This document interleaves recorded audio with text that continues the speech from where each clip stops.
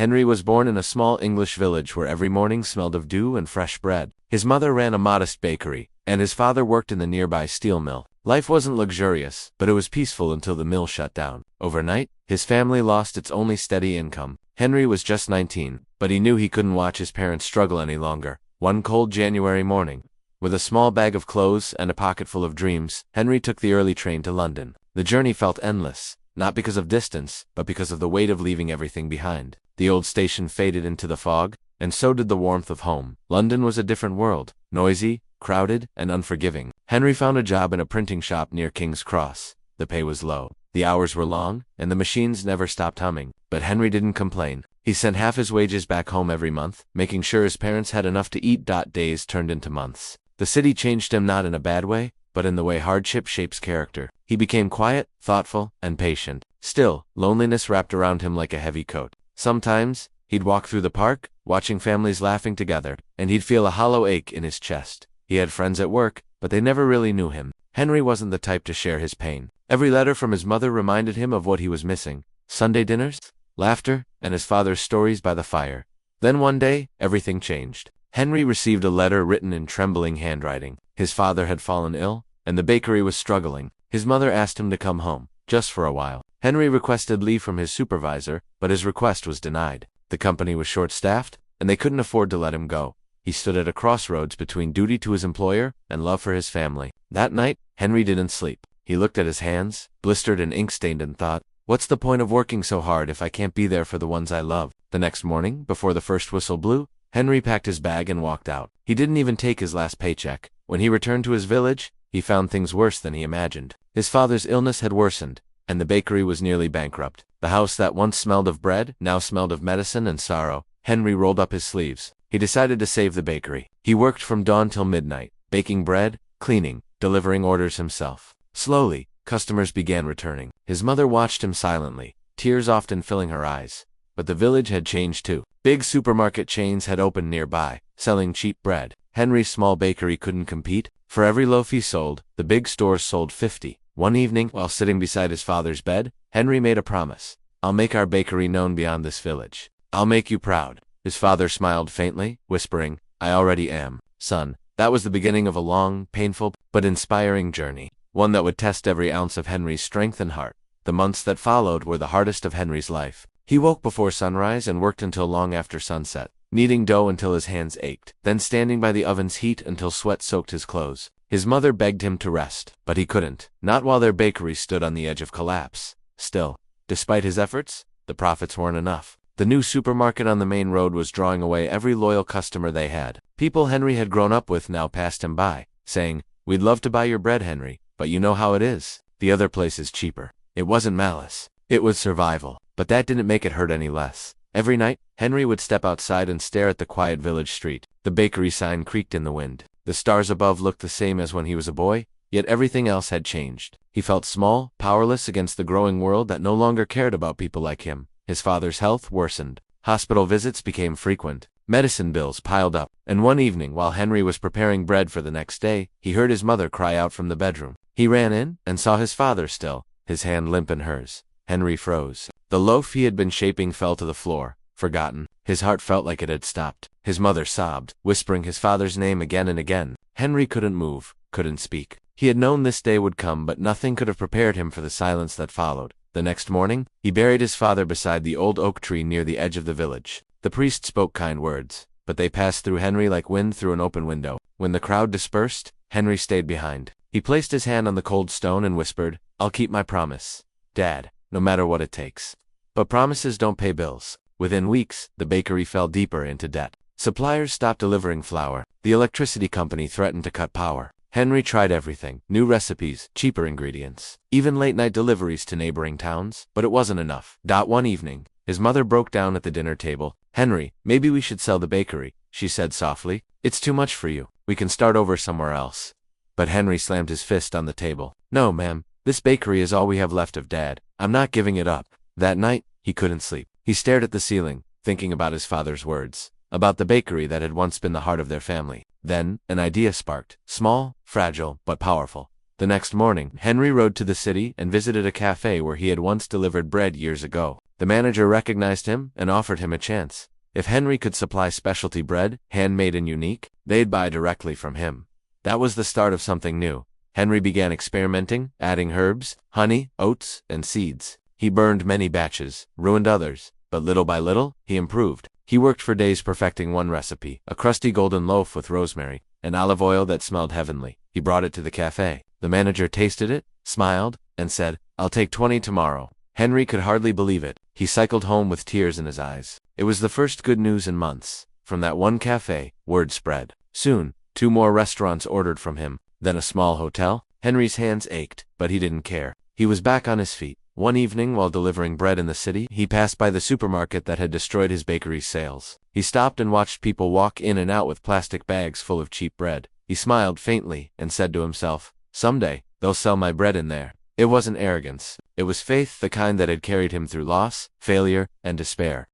The next few months became a blur of flour, heat, and hope. Every morning before dawn, Henry baked. By sunrise, he was cycling to the city with baskets of fresh loaves. He didn't have fancy packaging, only brown paper bags tied with string and a handwritten label that said Henry's bread, made by hand, made with heart. People noticed. There was something about the bread, the texture, the smell, the story behind it, that made customers keep coming back. It wasn't just food. It was emotion, tradition, love baked into every loaf. Soon a small city newspaper wrote a piece about him. Young man revives his father's legacy with handmade bread. The article went viral across the town. Orders flooded in. Henry was shocked. For the first time in years, he saw the bakery lights glowing bright again at night, not out of desperation, but productivity. His mother smiled more, humming softly as she helped pack the orders. But success brought new eyes, and not all of them kind. The supermarket manager, Mr. Collins, who once refused to buy from Henry's family, suddenly appeared at the bakery. He wore an expensive suit and a false smile. "Henry," he said smoothly, "you've done quite well for yourself. We'd like to stock your bread at our supermarket. It'll be a great opportunity for you and for us." Henry looked at him, his hands still dusted with flour. "Opportunity? You didn't call it that when you undercut our prices and took away our customers." Mr. Collins chuckled. "Business is business, my boy. Times change. I'm offering you growth." Henry took a deep breath. Part of him wanted to throw the man out, to remind him how he'd ignored his father's pleas years ago. But another part, calmer, wiser, knew this was his moment. "All right," Henry said slowly. "You can sell my bread, but on my terms." Mr. Collins raised an eyebrow. "Your terms?" "Yes. My prices, my recipes, my label. You'll sell Henry's bread as it is, not rebranded, not cheapened, and you'll pay in advance." The man laughed. "That's ridiculous." "Then there's no deal," Henry replied, turning away. For a second, silence filled the air. Then Collins muttered something under his breath and left. Slamming the door behind him, Henry stood still for a while, his heart pounding. He had just turned down the same man who once ruined his family's dream. But it didn't feel like revenge. It felt like closure. A week later, something unexpected happened. A small video of Henry baking, shared by a cafe owner, went viral on social media. People across the country began ordering online. Messages poured in. "Your bread reminds me of my grandmother's kitchen. This is real food, not factory bread." Henry's phone wouldn't stop ringing. He worked day and night, barely sleeping, but every loaf that left his oven felt like a victory. Then, one morning, he got a call from a large organic food company based in London. "We've seen your story," the voice on the phone said. "We'd like to feature your brand in our artisan section. We believe your bread deserves a national audience." Henry was speechless. He had dreamed of this moment but never truly believed it would come. Within months, Henry's bread was being sold in major cities. The small bakery that once struggled now buzzed with workers, laughter, and life. The same villagers who had once turned away now lined up every weekend to buy from him. His mother, watching the queue outside, wiped a tear from her eye. "Your father would be proud, Henry," she whispered. He smiled softly. "I hope so, ma'am." But deep inside, Henry still carried a quiet ache. Success had healed much, but the wound of betrayal, of being dismissed, ignored, and looked down upon, had left a scar. And fate wasn't done testing him yet. Because one night, just when everything seemed perfect, someone broke into the bakery. The next morning, Henry arrived to find the ovens off shelves overturned, flour scattered like snow, and thousands of pounds worth of equipment smashed. His chest tightened. On the wall, written in black paint, were the words, "Stay out of our business." The smell of burnt flour still lingered in the air. Henry stood in the wreckage of the bakery that had once been his hope, his second chance. His father's legacy reborn. Broken glass crunched beneath his boots. The morning light filtered through the shattered window, casting shards of brightness across ruined tables. His mother wept softly behind him, her trembling hands clutching her apron. "Who could do this, Henry? Who could be so cruel after everything you've built?" Henry didn't answer. He didn't need to. He knew there was only one person who had both motive and malice. Mr. Collins, the supermarket manager he had refused to partner with. The man had a history of crushing small businesses that didn't bow to him. Henry clenched his fists, his jaw tightening until it hurt. For years, he had swallowed humiliation and worked in silence. But this time, silence would not save him. That evening, Henry went to the supermarket. The glass doors opened with a hiss, and the familiar artificial lighting glared down on him. Mr. Collins stood at the customer service desk, smiling fake warmth at shoppers. When he saw Henry, the color drained from his face. "Ah, Henry," he said with forced calm. "I heard about your unfortunate accident. Terrible, really." Henry's voice was cold. "You mean the bakery you ordered your men to destroy?" A few heads turned nearby. Collins' smile froze. Now be careful with your words, boy. Accusations like that can ruin reputations." Henry took a step closer. "So can destroying someone's dream." The man's eyes hardened. "You refused my offer. That was your mistake. This is business, not personal." Henry nodded slowly. "You're right. It's business, which is why I'm going to make sure everyone in this city knows what kind of business you run." He turned and walked out, leaving Collins staring after him that night. Henry stayed awake, not out of anger, but determination. He gathered every photo, every video, every bit of proof he could find. Security camera footage from nearby shops, messages from suppliers Collins had threatened, even screenshots of the man's extortion attempts. He uploaded them all. He wrote his story, the real story, not as revenge, but as truth.